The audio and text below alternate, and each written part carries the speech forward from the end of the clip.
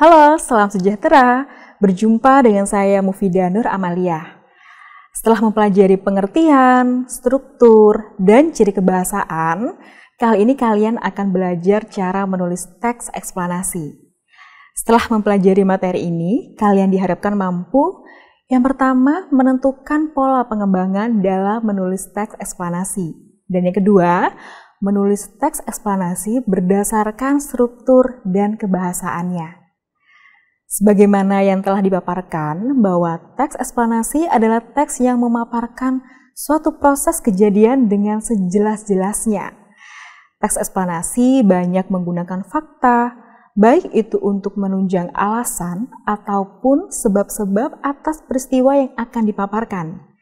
Luasnya wawasan dan pengetahuan kalian itu berkenaan dengan topik yang akan kalian tulis. Jadi itu adalah hal yang sangat utama. Maka dari itu, penulis harus menyiapkan berbagai sumber untuk dapat mengembangkan topik yang dipilihnya secara mendalam. Jika tidak demikian, isi tulisan akan dangkal dan tidak memberikan sesuatu yang baru bagi pembacanya. Agar lebih menarik, kalian perlu mengetahui pola-pola pengembangannya. Namun secara umum, pola-pola pengembangan teks eksplanasi dijelaskan sebagai berikut ini. Yang pertama adalah pola pengembangan sebab akibat. Pengembangan teks eksplanasi dapat menggunakan pola sebab akibat. Dalam hal ini, sebab dapat bertindak sebagai gagasan umum, sedangkan akibat sebagai perinciannya. Namun demikian dapat juga terbalik. Akibat itu dijadikan sebagai gagasan umum, maka perlu dikemukakan sejumlah sebab sebagai perinciannya.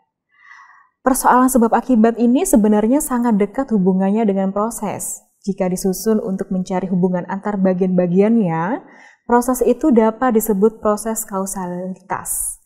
Nah, coba perhatikan contoh berikut ini untuk memahami pengembangan sebab akibat.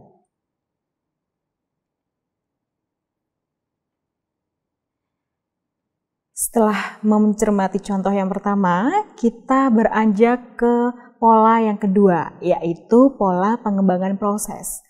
Proses merupakan suatu urutan dari tindakan-tindakan atau perbuatan-perbuatan untuk menciptakan atau menghasilkan sesuatu atau perurutan dari suatu kejadian atau peristiwa.